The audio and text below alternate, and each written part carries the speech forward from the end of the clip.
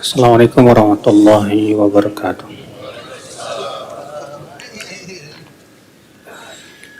Innal hamdalillah nahmaduhu wa nasta'inuhu wa nastaghfiruh wa na'udzu billahi min shururi anfusina wa min sayyiati a'malina man yahdihillahu fala mudilla lahu wa man yudlil fala hadiya lahu.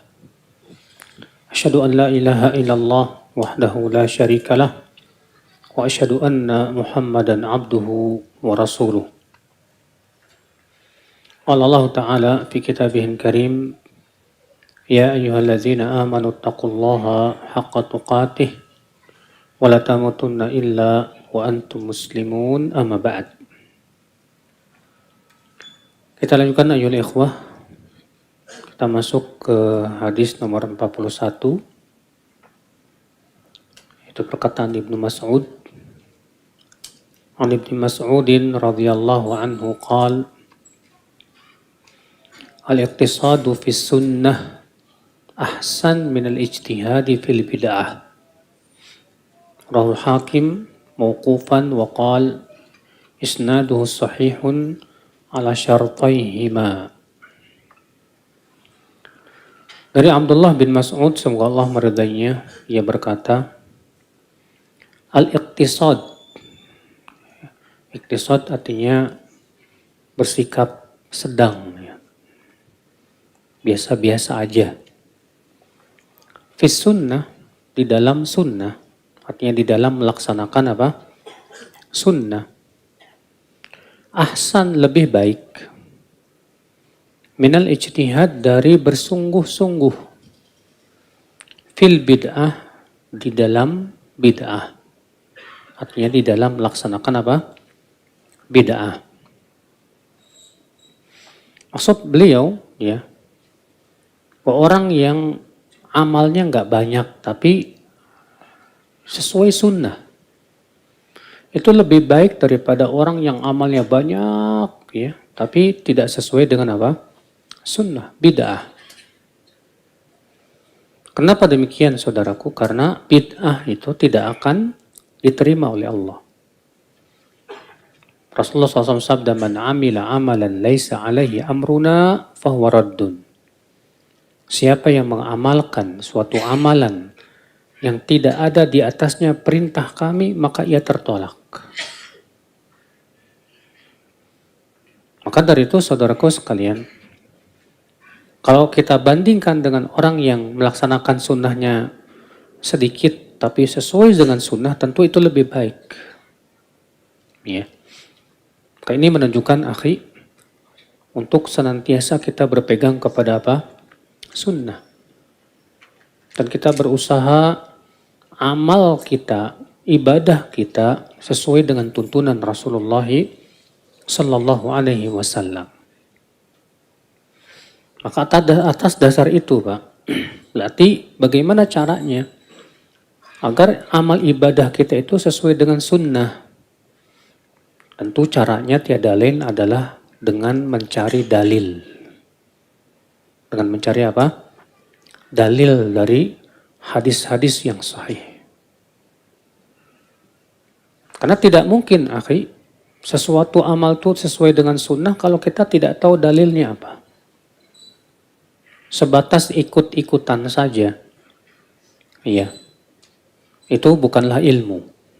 Kalau antum cuma ikut-ikutan saja, mengikuti pendapat seorang ustadz, perkataan kiai, atau kebiasaan yang selama ini kita lakukan, tapi kita nggak tahu dalilnya apa nggak tahu. Ini namanya apa? Taklid. Taklid itu artinya ikut-ikutan tanpa mengetahui dasarnya apa. Yang namanya taklid, yang namanya ikut-ikutan, bisa jadi ada dalilnya, bisa jadi nggak ada dalilnya. Dan kebanyakan ya kita tidak tahu dalilnya apa-apa. Maka dari itulah, akhul Islam, kita diminta, ya, agar setiap kita berusaha di dalam menuntut ilmu itu tahu dalilnya. Al-Hafidh Ibn Abdul Bar membedakan antara ittiba dengan taklid. Taklid artinya mengikuti pendapat orang tanpa mengetahui dasarnya. Sedangkan ittiba artinya mengikuti pendapat seorang ulama dengan mengetahui dasarnya apa, dalilnya apa. Makanya bukan celak seorang murid bertanya kepada gurunya, Ustadz, saya minta dalilnya. Atau dalilnya apa. Itu bukan celak, Pak. Justru itu hak murid untuk mengetahui apa? Dalil. Dan kewajiban seorang ustadz untuk ya membawakan dalil. Seorang ustadz jangan sampai mengajarkan muridnya, udah kamu ikut saya aja. Ya. Percuma saya sampaikan dalil kamu nggak tahu, nggak bakalan paham misalnya. Justru kewajiban ustadz itu adalah untuk memahamkan dalil kepada mereka. Dalilnya ini loh. Sisi pendalilnya begini loh. Ya. Dan demikian pula tentunya ya akhi, seorang ustadz punya tanggung jawab besar di sisi Allah. Jangan sampai ia membawakan dalil yang lemah. Bahkan ternyata ya terkadang palsu, na'udzubillah. Ya. Kadang banyak ya khotib-khotib Jumat atau ustadz-ustadz nggak peduli Pak. Yang penting hadis ya disampaikan aja. Alasannya juga kata mereka apa? Doif juga hadis katanya. Kita katakan tidak bisa. Ya, harus dibedakan antara hadis yang sahih dengan hadis yang tidak sahih. Memang terjadi khilaf para ulama. Boleh nggak hadis lemah itu diamalkan dalam masalah fadilah amal? Kalau dalam masalah akidah, semua ulama sepakat hadis lemah nggak boleh dijadikan hujah. Dalam masalah hukum memang khilaf juga ada. Namun pendapat kebanyakan ulama dalam masalah hukum pun tidak boleh. Yang menjadi perselisihan itu tentang masalah boleh nggak mengamalkan hadis lemah dalam fadilah amal.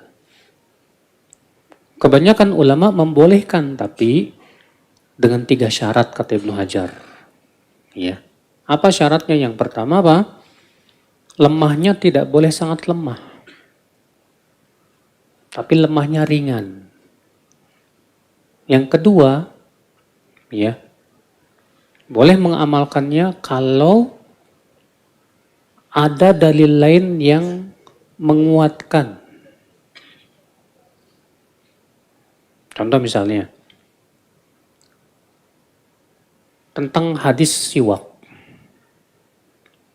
Hadis-hadis tentang siwak sahih-sahih, Pak. Tapi ada hadis tentang keutamaan siwak yang lemah. Ada hadis tentang keutamaan siwak yang apa? Yang lemah. Nah, boleh nggak mengamalkan hadis itu, Pak? Boleh. Kenapa? Karena memang siwak dianjurkan. Adapun kemudian keutamaan yang lemah ini, Pak, tidak boleh diyakini. Ya, contoh misalnya hadis orang yang sholat dengan bersiwak lebih baik 70 kali lipat daripada sholat yang tidak bersiwak. Iya. Nah sekarang kalau kita sholat sambil bersiwak boleh nggak Pak mengamalkan? Boleh, nggak masalah. Kenapa? Karena Nabi SAW menganjurkan untuk bersiwak setiap kali sholat. Memang. Iya. Kemudian syarat yang ketiga, yaitu tidak boleh disebarkan. Cukup dia amalkan buat dirinya sendiri. Dan yang keempat, syaratnya jangan diyakini itu sebagai sunnah. Ya. Ini saudaraku sekalian. Jadi kita berusaha ya, setiap amal ibadah kita ada sunnahnya. Ada tuntunannya dari Rasulullah Sallallahu Alaihi Wasallam. Kalau kita masih ragu, apakah ibadah ini sunnah atau tidak? Apa yang harus kita lakukan, Pak? Yang harus kita lakukan saat itu jangan dilakukan dulu. Kenapa? Karena pada asalnya ibadah itu tidak boleh. Ya, kata para ulama, al-aslu fil ibadah al-hadru.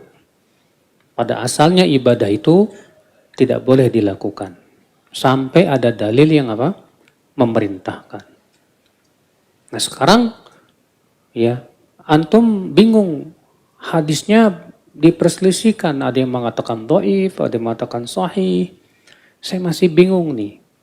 Kalau masih dalam keadaan bingung seperti itu, Pak, lebih baik jangan diamalkan dulu. Sampai betul-betul antum yakin bahwa hadisnya sahih. Iya.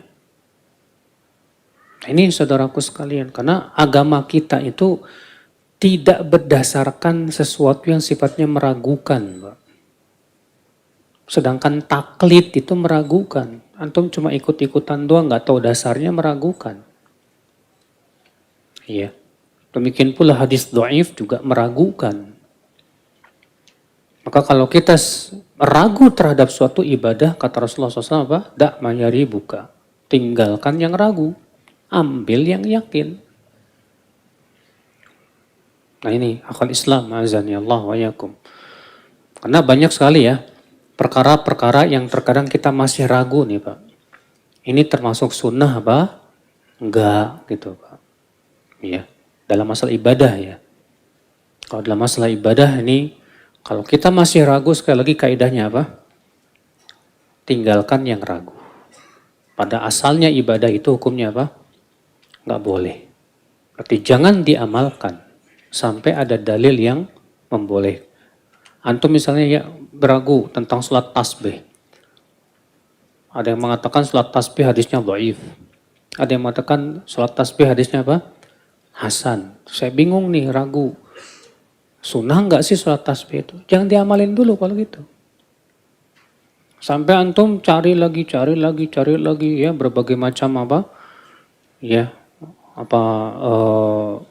buku dan yang lainnya antum baca. Sampai antum yakin bahwa ternyata misalnya sholat tasbih hadisnya Hasan. Boleh diamalkan, silahkan. Iya. Nah itu dalam cara kita beragama seperti itu Pak. Usahakan ketika kita sholat, kita takbiratul ihram. Ya, kita tahu dalilnya dari Nabi SAW. Bagaimana cara takbiratul ihramnya dari Rasulullah SAW. Mengangkat tangannya sejajar mana. Kadang kita lihat ada orang yang mengangkat tangan cuma sampai dada Pak. Allahu Akbar. Ya. Padahal kalau kita cari-cari nggak bakal ada dalilnya, Pak. Yang ada hadisnya sampai mana? Hah? Sampai pundak atau sampai telinga. Adapun kalau cuma segini, ya kan cuma segini loh, Pak. Kita katakan ini tidak ada dalilnya. Silakan cari dulu, ya. Demikian pula dalam cara wudhu dan yang lainnya. Usahakan kita tahu dalilnya. Supaya apa? Amal kita ini sesuai dengan apa? Sunnah. Iya. Sesuai dengan sunnah. Itu yang terpenting. Karena semakin amal kita sesuai dengan sunnah, semakin besar pahalanya. Tapi misalnya suatu amal ada dalilnya, oke. Bagaimana Nabi melakukannya juga penting untuk kita perhatikan. Contoh misalnya, kita sudah tahu hadis tentang keutamaan sholat qobliyah subuh. Qobliyah subuh kata Nabi lebih baik daripada dunia dan seisinya. Nah, sekarang kita ingin mengetahui bagaimana sih Rasulullah melaksanakannya. Ternyata Nabi SAW melakukan qobliyah subuh itu nggak panjang, Mbak. Ya, beliau meringkaskan sholat qobliyah subuh. Maka kalau kita melakukan qobliyah subuh dengan panjang, kita katakan tidak sesuai dengan sunnah. Tapi apakah itu bid'ah? Tidak juga. Ya. Ini tidak sampai kepada derajat bid'ah. Ini hanya sebatas tidak sesuai dengan apa? Sunnah. Mana yang lebih besar pahalanya? Tentu yang sesuai dengan sunnah Rasulullah Sallallahu Alaihi Wasallam. Nah ini akhi, ya. Kata sinilah penting akhi untuk belajar hadis. Belajar apa? Hadis. Karena belajar hadislah kita tahu sunnah Rasulullah SAW. Makanya Rasulullah SAW menganjurkan kita untuk belajar hadis. Bahkan Rasulullah mendoakan orang yang belajar hadis.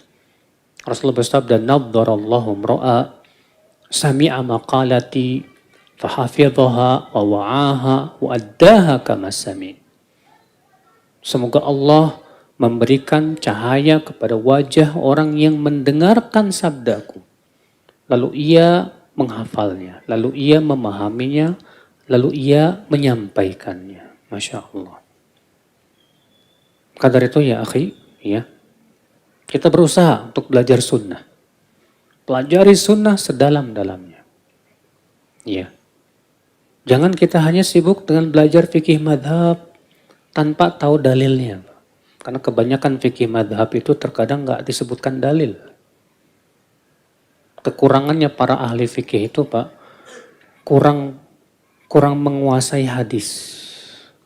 Makanya kalau antum baca kitab-kitab madhab, seringkali berhujah dengan hadis yang lemah.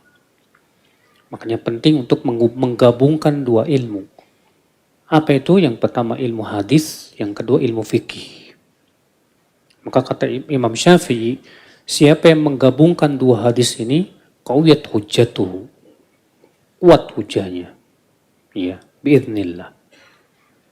Saudaraku seiman, azani Allah wa yakum.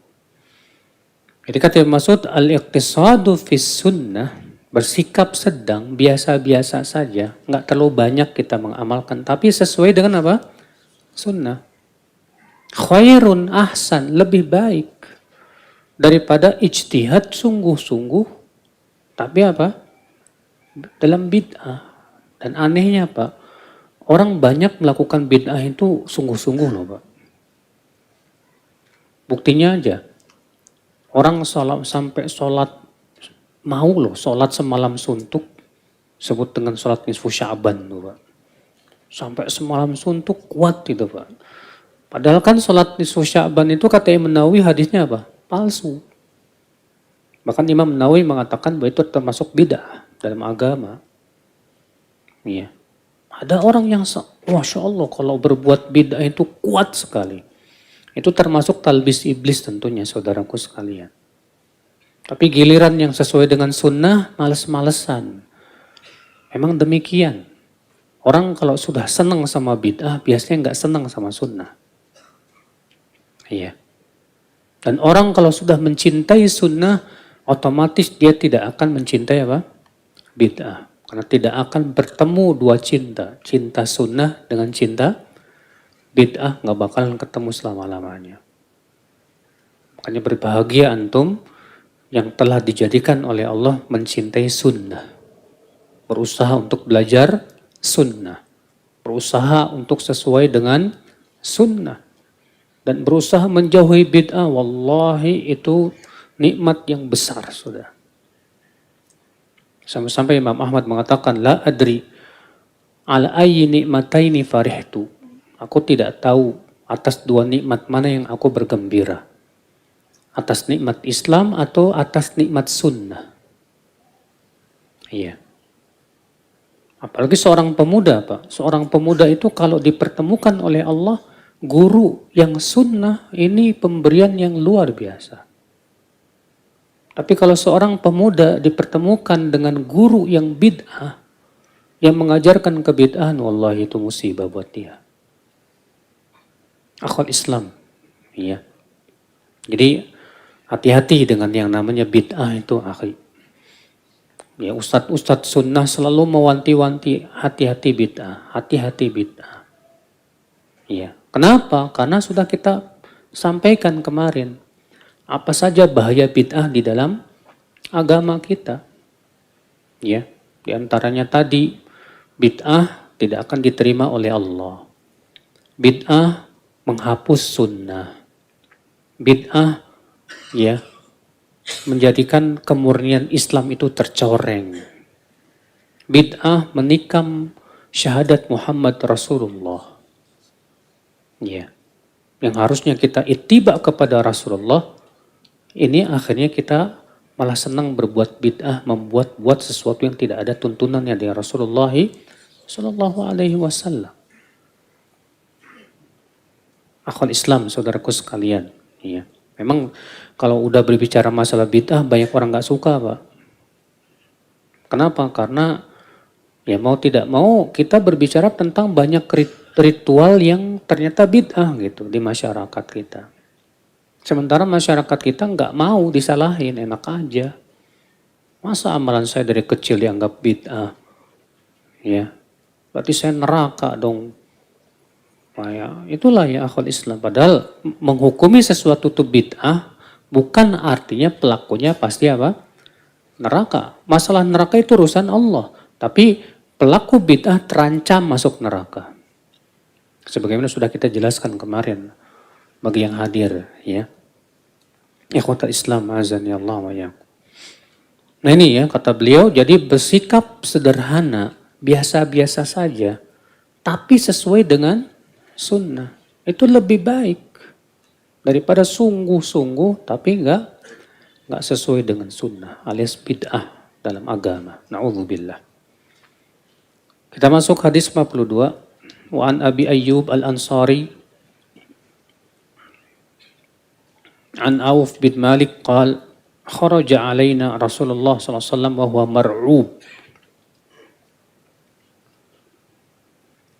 Faqala ati'uni ma kuntu baina adhhurikum wa alaikum bi kitabillah ahillu halalah wa harrimu haramah.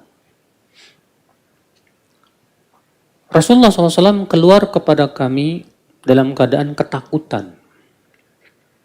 Lalu beliau bersabda, taatilah aku selama aku masih berada di antara kalian. Dan hendaklah kalian pegang kitabullah. Halalkanlah yang halal, yakinilah kehalalan yang Allah halalkan. Dan haramkanlah yang haram, artinya yakinilah keharaman yang Allah haramkan. Di sini menunjukkan akhi, ya, wajibnya menaati Rasulullah SAW. Tapi hadis ini Pak, dijadikan dalil oleh ingkarus sunnah. Tahu nggak ingkarus sunnah? Orang yang menolak sunnah. Kata mereka, hadis ini mengatakan, taati aku selama aku masih berada di antara kalian. Berarti kalau Rasul sudah meninggal, katanya nggak perlu lagi ditaati. Cukup Al-Quran saja. Ini ya. Terkadang Pak, ada hadis-hadis yang memang seakan-akan sih mendukung gitu loh Pak. Iya. Ketika hadis ini, kalau kita lihat, pahami secara letter luck, ya mungkin mendukung juga. Oh iya, kata Nabi, taati aku selama aku berada di antara kalian. Berarti kalau Nabi udah nggak ada, nggak perlu lagi taati dong. Ya, kita katakan pemahaman ini salah. Kenapa? Iya.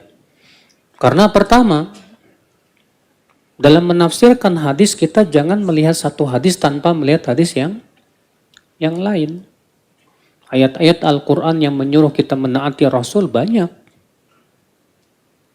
Ya, perintah-perintah Nabi untuk menaati Rasulullah SAW setelah kita meninggal dunia banyak. Bahkan Rasulullah mengabarkan dalam hadis yang sahih riwayat Tirmidzi, yushiku an yajlisa rajul ala arikatihi ta'tihi sunnatun min sunnati faqala da' min hadha ma wajadna fi kitabillah iktafaina bihi ala inni utitul Qur'an wa mislahu ma'ah. Kata Rasulullah, hampir-hampir akan ada orang yang ketika datang hadis atau sunnah dari sunnahku, dia berkata begini, kita nggak perlu sunnah, cukup Al-Quran saja. Maka Rasulullah mengatakan, ketahuilah aku diberikan oleh Allah Al-Quran dan yang sama dengannya, yaitu sunnah Rasulullah SAW. Ternyata Rasulullah sudah mengabarkan jauh-jauh hari, Pak, akan munculnya firqah yang menolak apa? Sunnah. Dan ini termasuk mukjizat Rasulullah SAW. Dan ini terjadi di zaman sekarang ada Pak seperti itu. Alasannya apa katanya Pak? Ya, seperti yang dipaparkan oleh seorang Habib di radio sebelahnya Roja tuh Pak. Dia bilang apa katanya? Hadis itu baru dicatat 200 tahun setelah Rasulullah wafat. Jadi keotentikannya masih diragukan, kata dia. Tahu nggak Pak, perujukan dia buku apa? Buku orientalis ternyata. Iya. Pantesan aja yang dijadikan rujukan buku orientalis. Orientalis tahu sendiri Pak. Orientalis memang tujuannya ingin menghancurkan Islam. Naif kalau ada orang Islam merujuk ya bukunya orientalis. Para ulama sudah membantah pendapat ini. Kata siapa? Hadis dibukukan baru 200 tahun setelah Rasulullah wafat. Ini kesalahan besar. Kenapa? Pertama, di zaman Rasulullah banyak sahabat yang mencatat hadis. Di antaranya siapa? Abdullah bin Amr bin Al-As.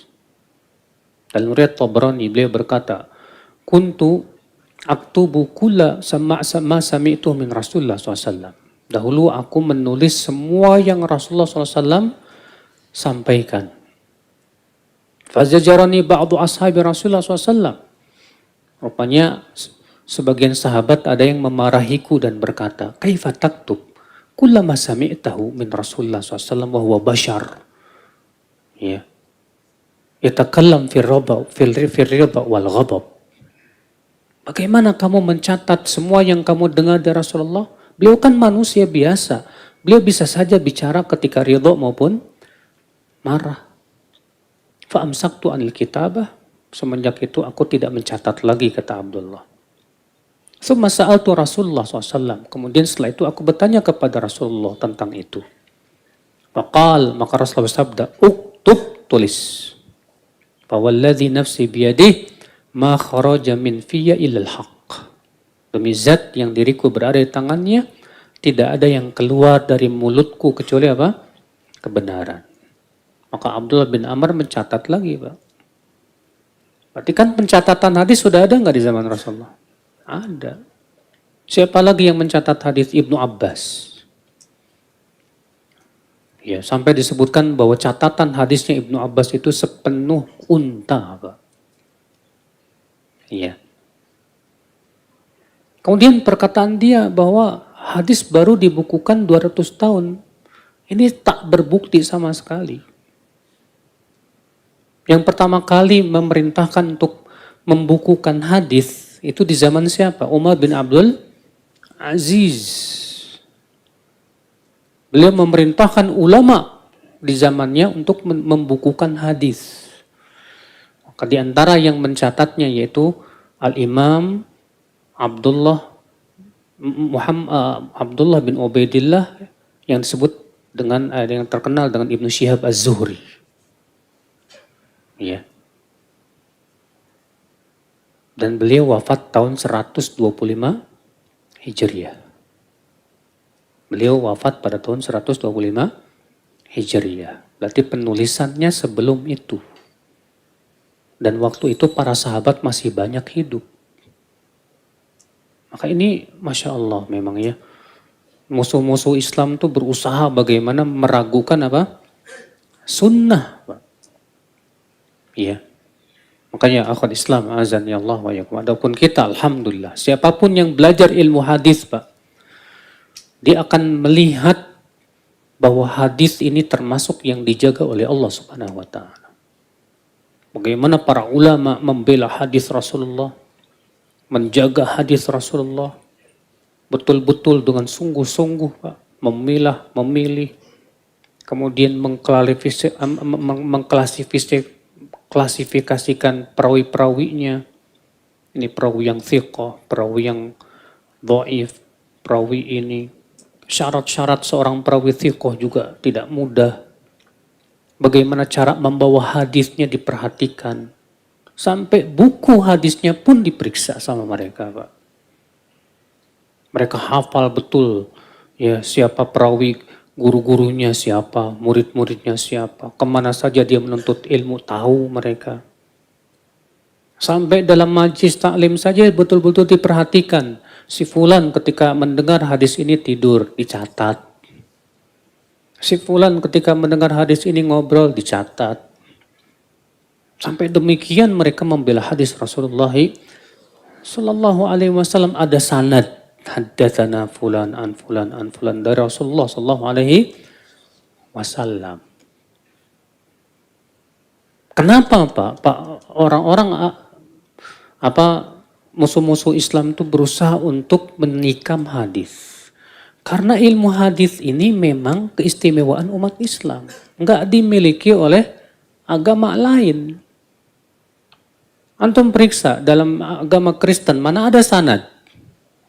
Ada nggak dalam Kristen ilmu hadis? Hah? Dengan perawi-perawinya sampai Nabi Isa alaihissalam. Nggak ada. Ya. Dalam agama Yahudi ada nggak ilmu hadis mereka? Nggak ada. Adanya cuma ada dalam Islam. Saudaraku seiman, azani Allah wa iyyakum. Nah ini kita lanjutkan ya, kata Rasulullah, taati aku selama aku berada di antara kalian.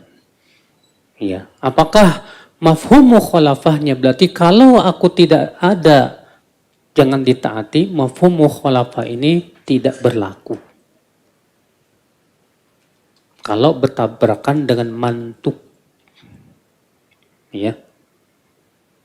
Yang kedua, makna taati aku selama aku berada di antara kalian, artinya kalau Rasulullah sudah wafat, hadis-hadisnya. Iya.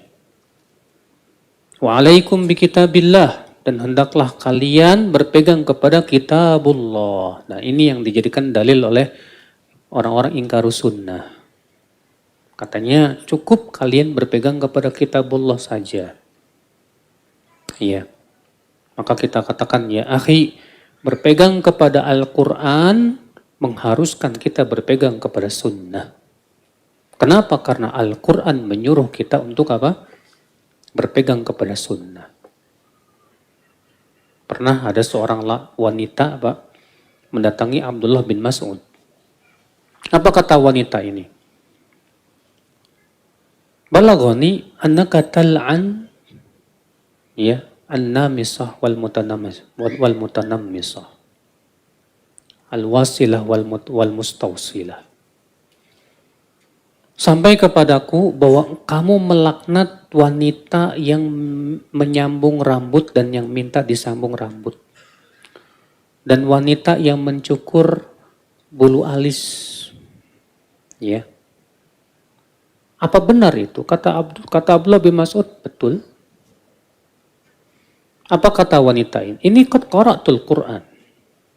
Aku hafal Quran dan sudah mencari dalam Al-Quran, aku nggak dapat itu.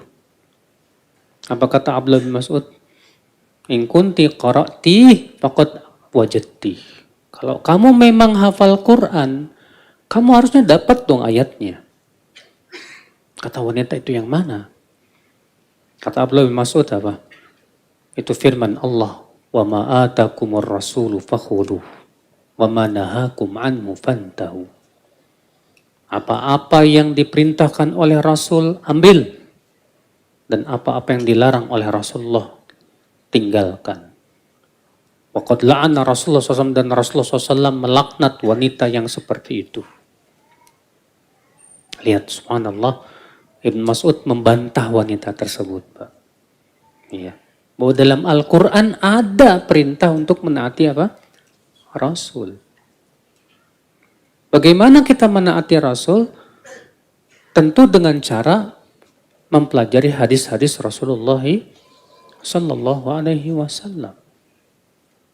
Bahkan bagaimana kita akan memahami Al-Quran kalau kita tidak paham hadis?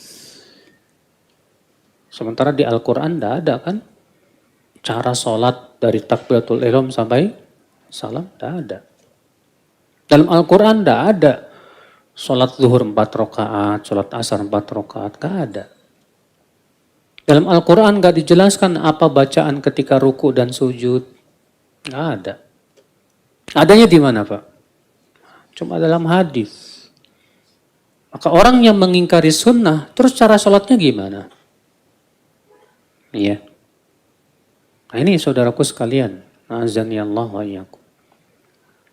Kata Rasulullah, ahillu halalah. Halalkanlah yang halalnya. Artinya, yakinilah kehalalan yang Allah halalkan.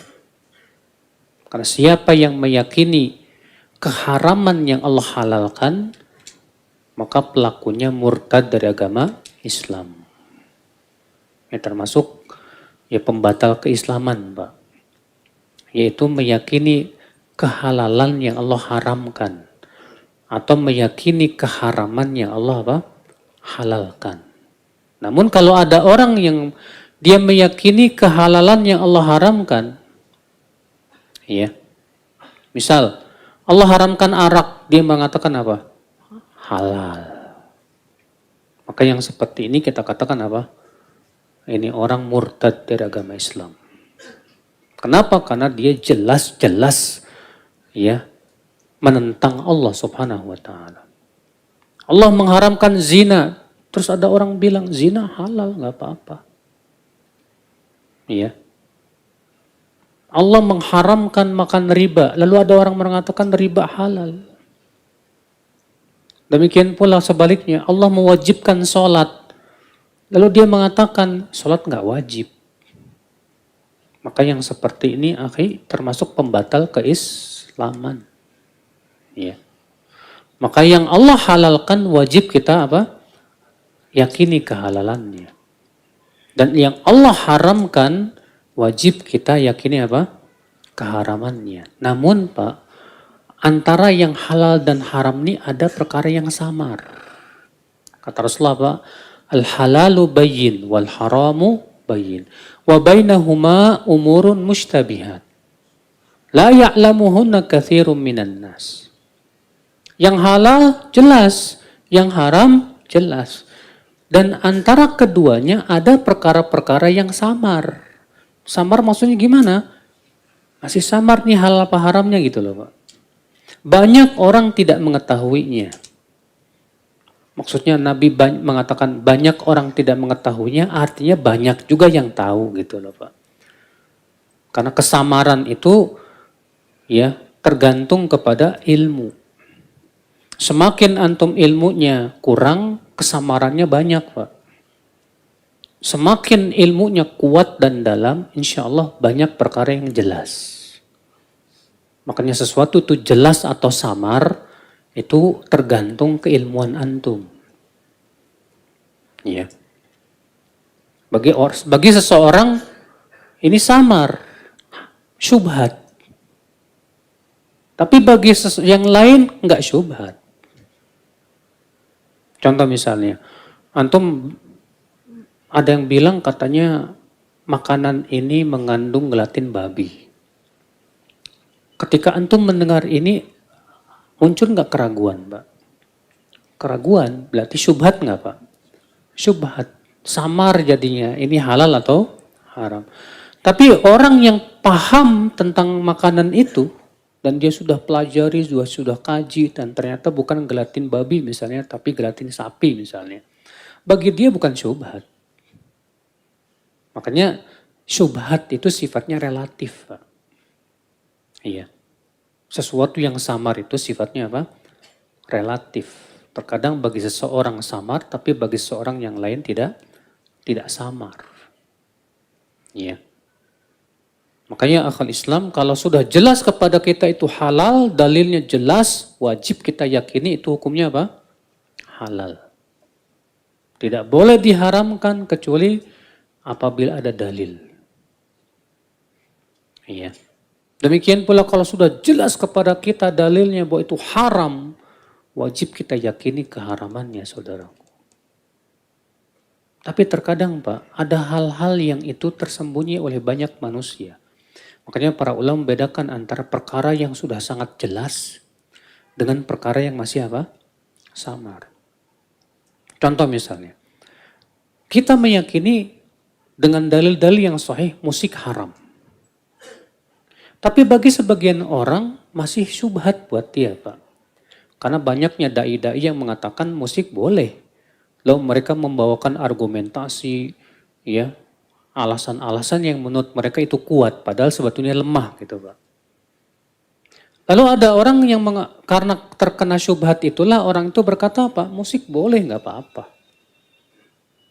Maka apakah kita katakan, kamu murtad kamu dari agama Islam? Karena kamu mengharamkan yang Allah, menghalalkan yang Allah haramkan. Kita katakan, akhi, tidak bisa. Kenapa? Karena beda antara yang sudah sangat jelas kehalalannya dan ijma' seluruh ulama akan kehalalannya dengan yang sifatnya masih samar atas sebagian orang. Iya. Buat antum, karena antum sudah pelajari hadis-hadisnya, jelas haramnya musik sudah. Tapi buat mereka terkadang nggak jelas, Pak. Apalagi terkena syubhat. Akhirnya mereka meyakini musik halal, nggak masalah. Maka apakah kita kafirkan pelakunya? Tidak. Beda dengan orang yang mengatakan zina halal. Kenapa? Karena keharaman zina udah jelas, Pak. Semua orang tahu zina itu apa? Haram. Lalu kemudian ada orang punya keyakinan bahwa zina halal dan dia menghalalkan zina, maka orang ini apa? Bisa murtad dari agama Islam. Walaupun memang ya sesuatu yang jelas ya itu sifatnya relatif juga, Pak. Kadang di suatu zaman yang apa namanya kebodohan merajalela, sesuatu yang jelas di zaman dahulu sama di zaman tersebut. Seperti Rasulullah SAW sabda, yadrusul Islam kama yadrusul wasyuth thawb. Ya, Islam akan punah seperti Islam akan lapuk sebagaimana halnya baju akan lapuk. Ya. Hatta la yudra, sampai-sampai nanti akan ada suatu zaman orang sudah tidak kenal lagi apa itu sholat, zakat, puasa, haji. Orang udah nggak tahu lagi, Pak. Rasul mengabarkan nanti akan datang suatu zaman orang sudah tidak kenal lagi apa itu sholat, zakat, puasa, haji. Illa ajuz, kecuali satu orang nenek-nenek kata Rasulullah. Dia mengatakan adrokna aba'ana yakuluna la ilaha illallah. Kami mendapati nenek moyang kami mengatakan la ilaha illallah. Lalu kemudian seorang tabi'in yang menasilah bertanya kepada Hudzaifah yang membawakan hadis itu. Matun jihim la ilaha illallah wahum la yusallun wa la yuzakkun wa la yasumun.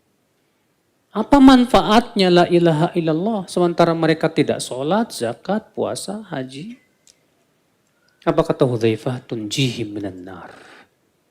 La ilaha illallah itu akan menyelamatkan mereka dari api neraka. Jadi itu menunjukkan bahwa ilmu itu akan semakin berkurang sampai nanti klimaknya suatu zaman orang sudah nggak kenal lagi sholat. Apa puasa, zakat nggak paham. Zaman sekarang aja udah mulai banyak tuh, Pak. Ditanya rukun Islam berapa? 7 katanya. Ada itu. Saking nggak pahamnya tentang agama Islam, subhanallah. Padahal dia ngaku dirinya muslim. Ya, Allahul musta'an. Nah ini akal Islam, azani Allah wa iyyakum. Ya. Kita lanjutkan hadis berikutnya.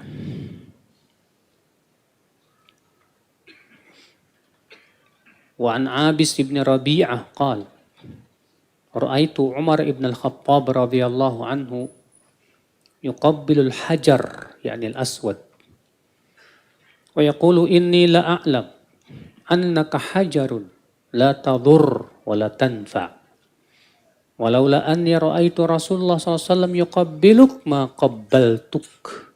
Rahul Bukhari wa Muslim wa Abu Daud wa Tirmidzi wa Nasa'i. Dari Abis bin Rabi'ah ia berkata, aku melihat Umar bin Khattab mencium Hajar Aswad. Tahu kan Hajar Aswad? Yang ada di Mekah itu. Iya. Lalu Umar berkata, subhanallah ini Pak, ucapan seorang sahabat yang mentauhidkan Allah. Apa kata Umar bin Khattab? Sesungguhnya aku tahu bahwa kamu ini cuma batu yang tidak bisa memberi mudarat, tidak pula bisa memberi manfaat. Kalau bukan karena aku melihat Rasulullah SAW mencium kamu, aku nggak mau cium kamu. Masya Allah, subhanallah. Lihat jiwa ittibanya Umar yang luar biasa, Pak. Dan jiwa tauhidnya, Pak. Kata Umar, Umar mencium Hajar Aswad lalu berkata, untuk mengajarkan kepada orang-orang, aku ini tahu kamu itu batu, tidak bisa memberikan manfaat dan mudarat. Bayangkan di zaman sekarang, Pak, banyak orang yang ketika tawaf kiswah, tahu nggak kiswah, Pak? Digunting sama dia, Pak. Dijadiin jimat. Katanya bisa nolak bala. Masya Allah. Iya. Zaman sekarang ini kesyirikan luar biasa, Pak. Apalagi masyarakat Indonesia memang dari nenek moyang dulunya kesyirikannya banyak, Pak. Tugas kita ini masih panjang ini. Untuk memahamkan orang tentang tauhidullah ya azza wa jalla. Ya. Banyak orang masih pakai jimat-jimat, apa namanya, raja-raja, buat tolak bala, buat penglaris, dan yang lain-lain. Dan mereka punya keyakinan bahwa itu bisa menolak bala. Lihat kata Umar, ini Hajar Aswad loh, Pak. Hajar Aswad itu batu yang paling mulia yang Allah turunkan ke bumi. Yang disebutkan dalam hadis bahwa Hajar Aswad itu batu yang berasal dari surga. Tadinya ia berwarna putih. Sawadatu khotoya bani Adam. Dihitamkan oleh dosa-dosa anak Adam. Iya. Apa kata Umar? Aku tahu kamu itu batu. Ada tidak batu yang senilai Hajar Aswad? Hatta emas, batu apa, semahal apapun tidak bisa senilai dengan Hajar Aswad, saudaraku. Karena Hajar Aswad ini batu yang berasal dari surga, Masya Allah. Iya. Tapi lihat jiwa tauhidnya Umar. Aku tahu hai batu, kamu itu tidak bisa memberikan manfaat dan mudarat. Ini keyakinan yang harus diyakinkan kepada kaum muslimin, Pak. Bahwa yang bisa memberikan manfaat dan yang bisa menolak mudarat hanya siapa? Allah saja. Ya, namun terkadang, Pak, di masyarakat awam itu ketika kita tegur ya, kamu ngapain pakai jimat, pakai penangkal? Kata dia apa? Saya yakin kok Allah yang menolak bala. Ini cuma syariat doang. Antum sering dengar tuh, Pak. Mereka mengatakan syirik itu kalau punya keyakinan ini bisa menangkal. Saya nggak punya keyakinan itu. Ini cuma syariat doang. Kita katakan ini syariat siapa, Mas? Syariat Rasulullah enggak. Rasulullah tidak pernah mengajarkan itu. Bahkan Rasulullah melihat seorang laki-laki yang di tangannya memakai penangkal. Apa kata Rasulullah? Inzi' cabut. Fa innaka in mutta wa hiya 'alaik lan tuflih abadan. Kalau kamu mati dalam keadaan kamu pakai ini, kamu nggak bakalan beruntung. Masya Allah. Banyak masyarakat kita tidak paham. Dia kira yang penting kita yakin yang bisa memberikan manfaat dan mudarat hanya Allah. Adapun cuma pakai ini, gak masalah katanya. Padahal Pak, hakikatnya mereka tawakalnya kepada jimat itu Pak. Buktinya kalau ketinggalan gak pede banget tuh Pak. Aduh jimat saya ketinggalan. Ya, ya Allah musta'an. Baik saya kira cukup. Dan kita tanya jawab setelah adzan insya Allah. Nah.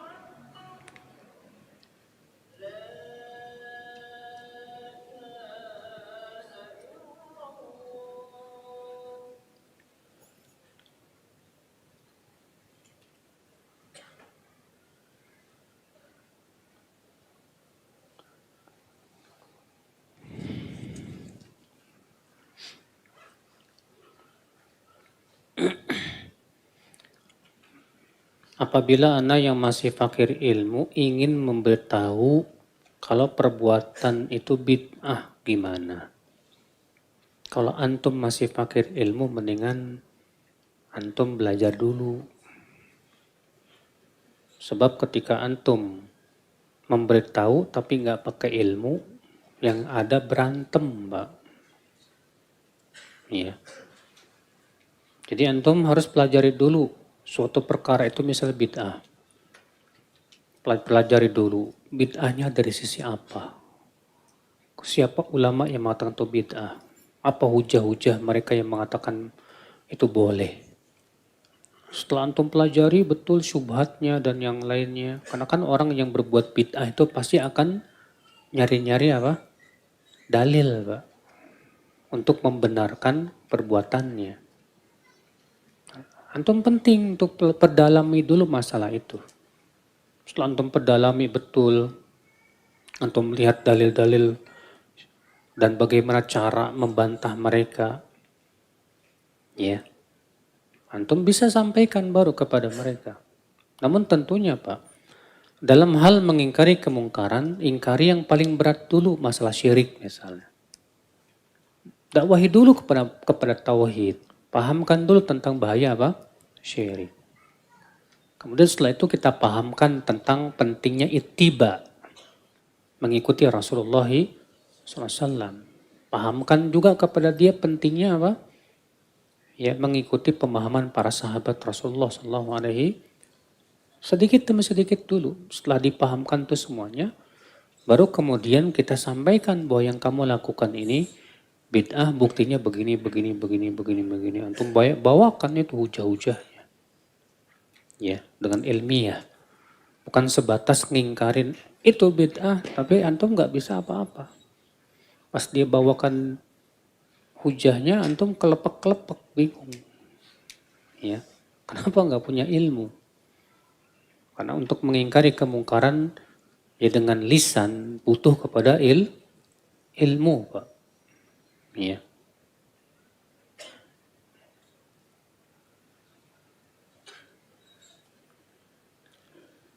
Ketika mengamalkan zikir pagi dan petang, apakah boleh setelah selesai kemudian membiasakan zikir dengan bacaan istighfar untuk orang tua yang meninggal? Memohonkan ampunan untuk orang tua yang meninggal itu sangat dianjurkan. Namun jangan dikhususkan ketika pagi dan petang saja. Tapi juga kita lakukan ketika sujud, ketika tahajud, ya. Dalam setiap waktu kita mohonkan ampunan untuk orang tua kita. Ya.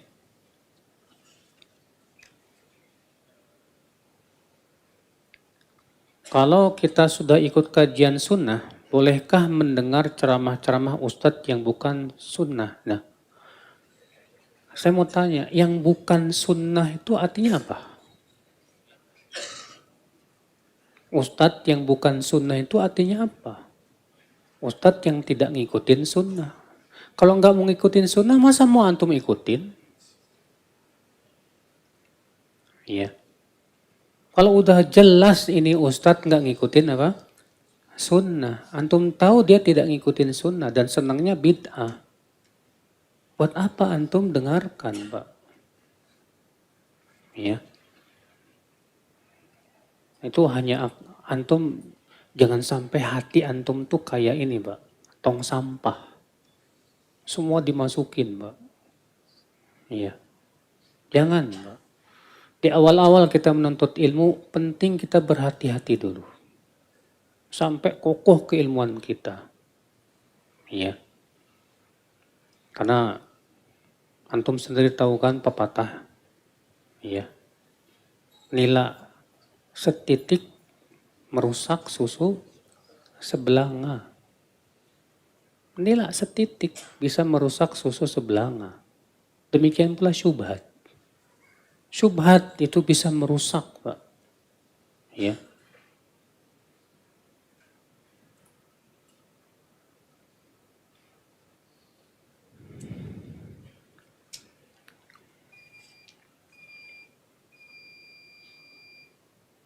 Untuk wanita apabila sholat di rumah lebih baik sendiri atau berjamaah dengan kakak, ibu, adik. Kalau wanita tidak ada kewajiban berjamaah. Kalau dia sholat sendiri tetap mendapatkan keutamaan. Maka dalam sebuah riwayat disebutkan sholatul mar'ah, ya, sholatnya seorang wanita, ya, di kamarnya, di kamar tidurnya lebih utama daripada sholatnya di rumahnya. Artinya kata para ulama semakin tempatnya tersembunyi, semakin besar pahalanya. Ya, Allahu a'lam.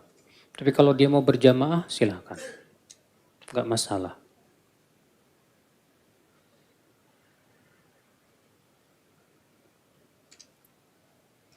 Anak saya 2 tahun selalu minta salam dan dicium ketika saya ke masjid. Ini bid'ah nggak ya Ustadz? Enggak, Pak. Iya. Si anak itu misalnya, salim dong, salim. Cium dong, cium.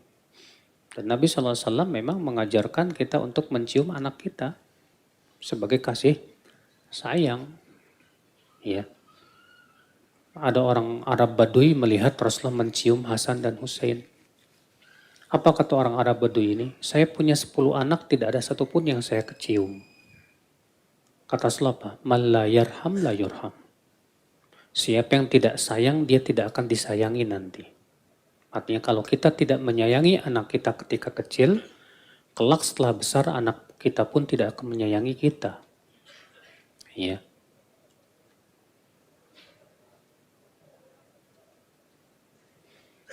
Saya sholat di masjid yang agak jauh dengan motor. Sayang Pak kalau pakai motor.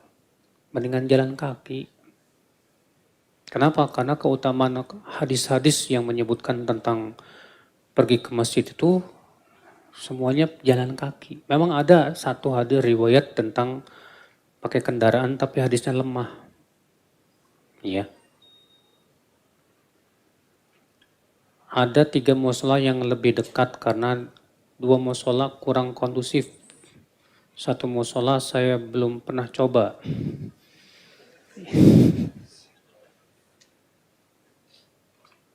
Imam masjid yang sekarang saya rasa cukup baik tajwid bacaannya. Apakah tidak mengapa? Tidak apa-apa.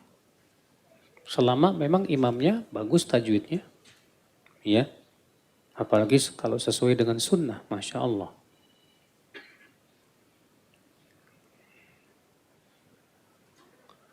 Bagaimana hukum menyekolahkan anak di sekolah umum?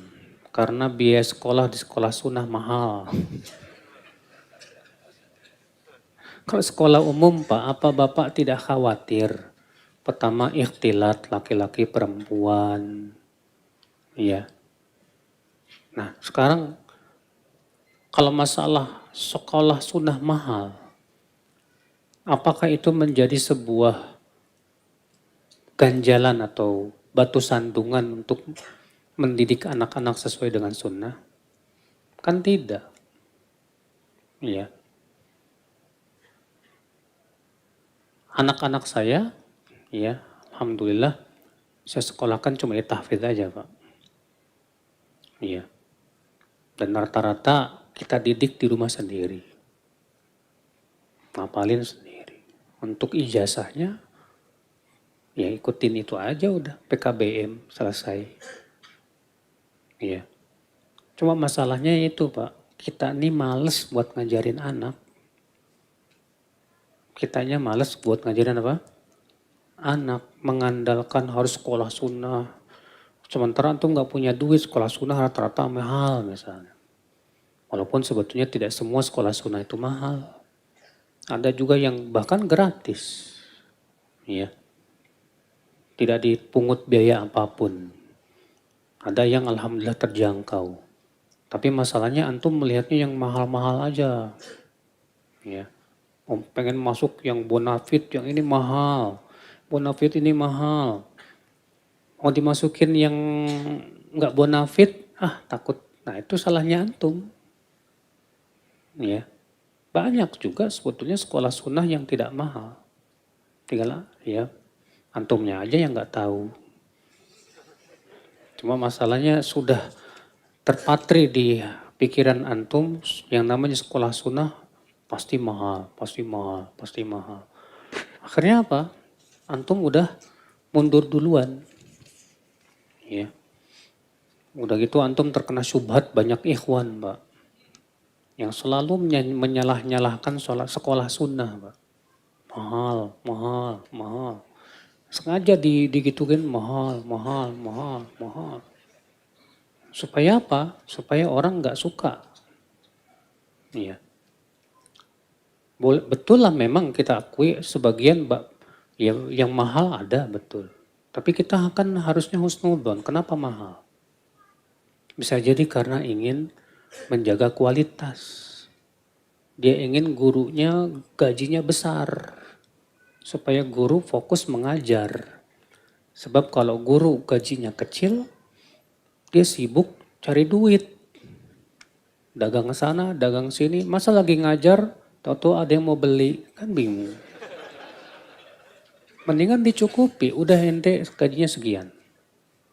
Tapi ente fokus. Karena guru-guru harus digaji besar, mau tidak mau harus apa? Besar juga bayarannya. Kenapa? Karena ingin mempertahankan kualitas. Hal ini lumrah-lumrah aja Pak, apalagi Jakarta dan sekitarnya biaya hidup memang mahal Pak. Beda dengan di Jawa Tengah, rata-rata murah memang.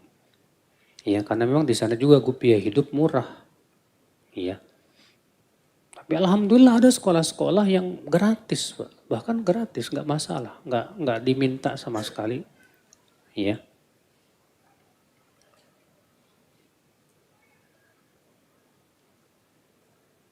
Hukum laki-laki menggunakan kosmetik perawatan wajah mengandung cairan emas 24 karat. Waduh, haram mas. Nggak boleh. Emas itu haram buat laki-laki. Akhi.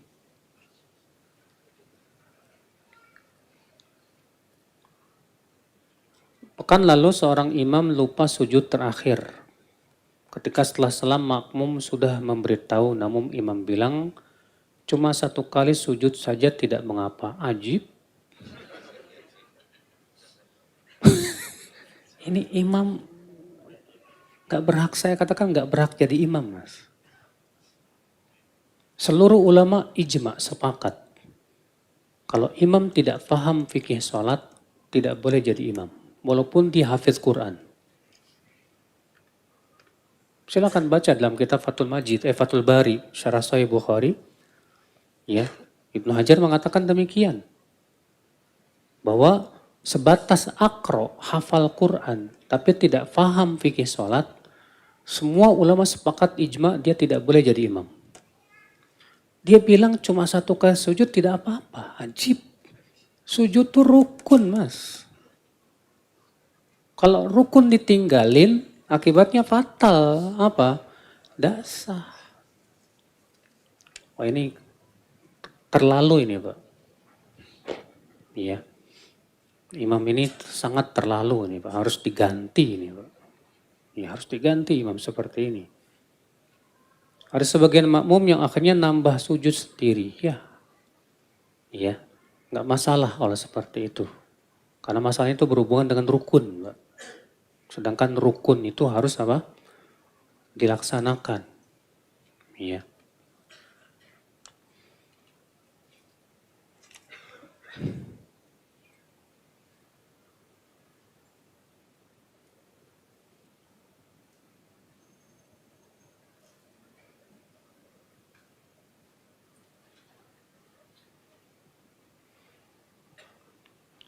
Ada ustadz yang dikatakan katanya ustadz sunnah.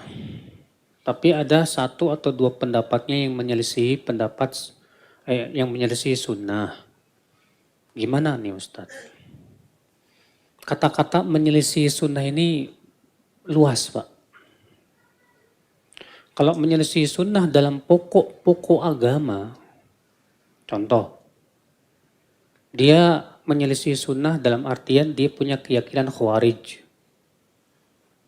Nggak boleh diambil ilmunya dengan ijma seluruh ulama. Tapi kalau menyelisih sunnah misalnya gini, ya, dia berpendapat ya bahwa misalnya cadar itu tidak sunnah. Cadar itu tidak sunnah, atau misalnya dia mengatakan bahwa cadar itu ya apa namanya hukumnya boleh-boleh saja.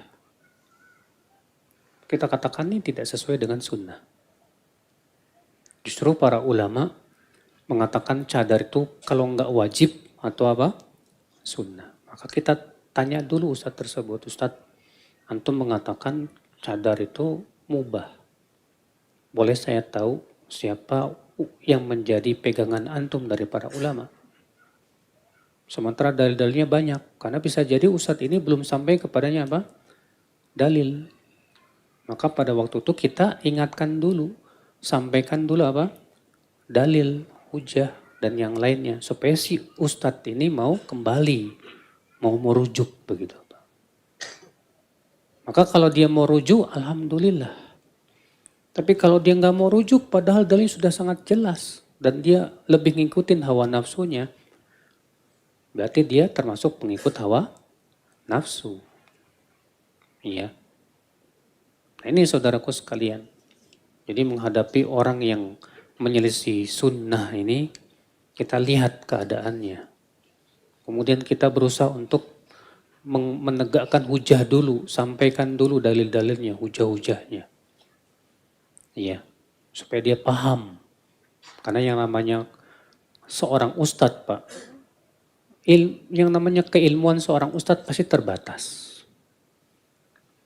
Pasti terbatas. Terkadang ada permasalahan-permasalahan si ustadz tersebut belum sampai kepadanya apa? Ilmunya.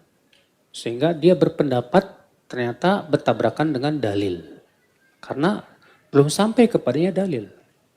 Jangankan kata Ibnu Abbas. Ibnu Abbas berpendapat nikah mut'ah boleh.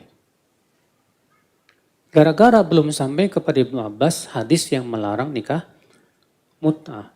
Sampai akhirnya Ali bin Abi Thalib yang menegur Ibnu Abbas.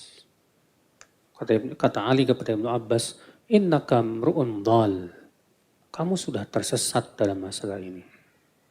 Apa kamu tidak mendengar Rasulullah sudah melarang nikah mut'ah? Ya, setelah disampaikan dalilnya Ibnu Abbas rujuk. Sahabat loh Pak, ini tingkatannya sahabat. Gimana kita? Seorang ustadz terkadang ya keilmuannya juga terbatas ya.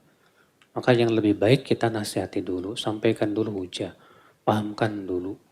Ya, kalau ustadz tersebut tawabu, insya Allah dia akan menerima nasihat. Tapi kalau ustadz tersebut sombong, biasanya susah Pak untuk menerima nasihat. Allahu a'lam wabillahi taufik. Subhanakallah bihamdik. Asyhadu an la ilaha illa anta astaghfiruka wa atubu ilaik. Assalamualaikum warahmatullahi wabarakatuh.